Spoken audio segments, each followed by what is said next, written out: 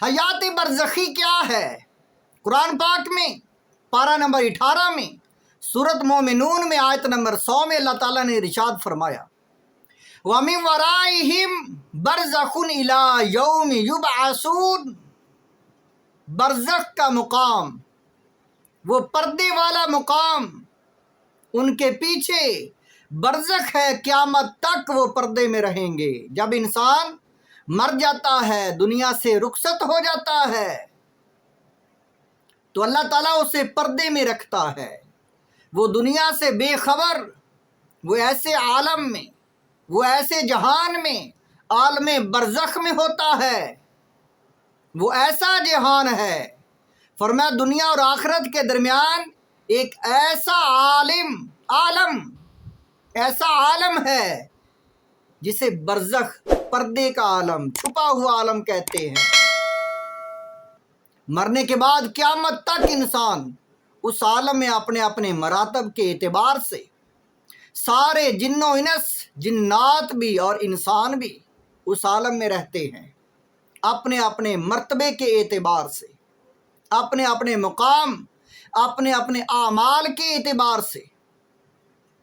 قیامت تک اس پردے کے عالم میں انسان مرنے کے بعد رہتا ہے۔ اور فرمایا یہ عالم اس دنیا سے اتنا بڑا ہے، اتنا بڑا ہے یہ عالم، یہ جہان۔ عالم کہتے ہیں جاننے والے کو، عالم کہتے ہیں جہان کو۔ یہ ایسا جہان اور اتنا بڑا ہے، دنیا کے ساتھ اس کا تعلق ایسا ہے، ایسی نسبت ہے جیسے کہ ماں کے پیٹ کے ساتھ اس دنیا کو ہے۔ یعنی ماں کا پیٹ ایک انسان کے لیے ایک ایسا جہان ہے، اس جہان میں انسان نے 9 مہینے گزارے۔ جب اس دنیا میں آیا تو یہ بہت بڑی دنیا ہے، تو جب اس دنیا سے جائے گا آگے، اس دنیا میں، اس عالم برزخ میں، وہ اتنی بڑی دنیا، اتنا بڑا جہان ہے، وہ اتنا بڑا ہے کہ یہ اس کے لیے یہ دنیا کا جہان بالکل ہی ماں کے پیٹ جیسا لگے گا اسے، یعنی بالکل چھوٹا۔ اگر انسان اپنی عقل سے سوچے، آدم علیہ السلام سے لے کر اب تک اور قیامت تک جتنے بھی مرنے والے ہیں وہ سب کہاں ہیں؟ وہ کس جہان میں ہیں؟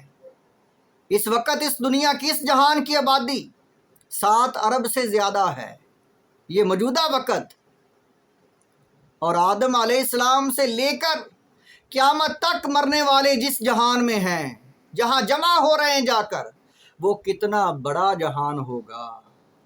اس کی جو حالت وسعت کی، وہ کتنا بڑا ہے، کتنا وسیع ہے۔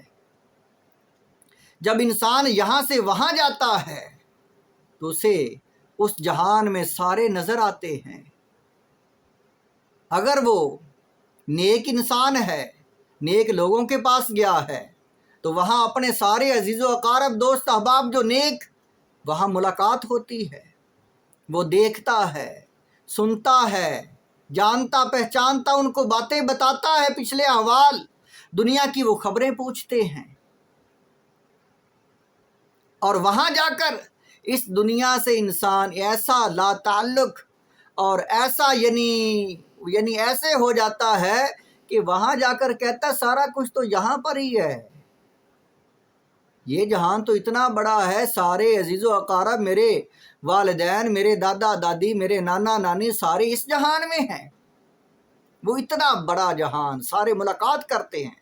اور برے انسان جو ہے وہ برے لوگوں کے پاس جاتے ہیں، وہاں پر مقام علیین اور مقام سجین تحت الثری پر، 7 زمینوں کے نیچے، اور مقام علیین وہ مقام ہے جو بہت ہی نیک روحوں کا اور بلند و بالا مقام ہے۔ علامہ امجد علی صاحب آپ فرماتے ہیں رحمۃ اللہ علیہ، برزخ میں کسی کو آرام اور کسی کو تکلیف، اپنے اپنے جو مراتب کے اعتبار سے کچھ سزائیں لیتے ہیں جا کر، اور کچھ بڑے ہی خوش و خرم ہوتے ہیں۔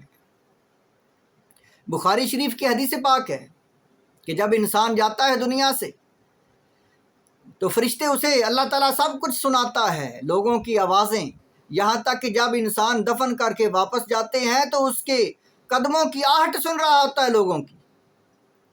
تو فرشتے آ کر پوچھتے ہیں، اٹھا کر بٹھاتے ہیں، وہ عالم برزخ ہوتا ہے۔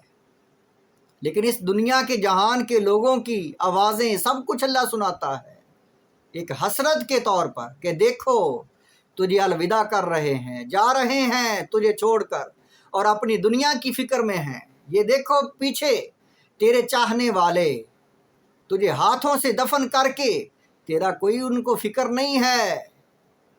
تو نے آج اپنے اعمال کی بھگتنی ہے، اپنے اعمال کا صلہ لینا ہے۔ نماز عصر کا وقت ختم ہوتا، سورج غروب ہوتا نظر آتا ہے۔ فرشتے دیکھتے ہیں کہ نماز کی فکر ہے یا نہیں ہے۔ انسان کی سوچ، احوال، عقل، خواہشات یعنی جس طرح اب ہے ویسے ہی ہوتا ہے۔ اگر تو یہاں نماز کی فکر کرنے والا ہے تو وہاں بھی نماز کی فکر کرے گا۔ تو جب نماز کی فکر نہیں کرتا پھر پوچھتے من ربو کا ما دینو کا۔ اگر نماز کی فکر کرتا ہے تو یہ دونوں سوال ہی نہیں پوچھتے، ان کو پتہ چل جاتا ہے۔ پھر پوچھتے ما کنت تقول فی حق ھذہ الرجل محمد صلی اللہ علیہ وسلم، حضور کی زیارت ہوتی ہے، پوچھتے حضور کو تو کیا کہتا تھا، اپنے نبی کو تو کیا کہتا تھا۔ یہاں تعلق کو مضبوط کر لو، حضور علیہ السلام کے ساتھ نسبت محبت کو مضبوط کر لو۔ جب محبت ہوگی تو پھر انسان داڑھی بھی رکھے گا، نماز کی پابندی کرے گا، حضور کی سنتوں کی پابندی کرے گا، حضور علیہ السلام آپ کی اطاعت کرے گا۔ یہی پوچھا جائے گا تو کیا کہتا تھا، تیرا تعلق یعنی کیسا تھا، یہ پوچھا جائے گا۔ عالم برزخ اتنا بڑا وسیع ہے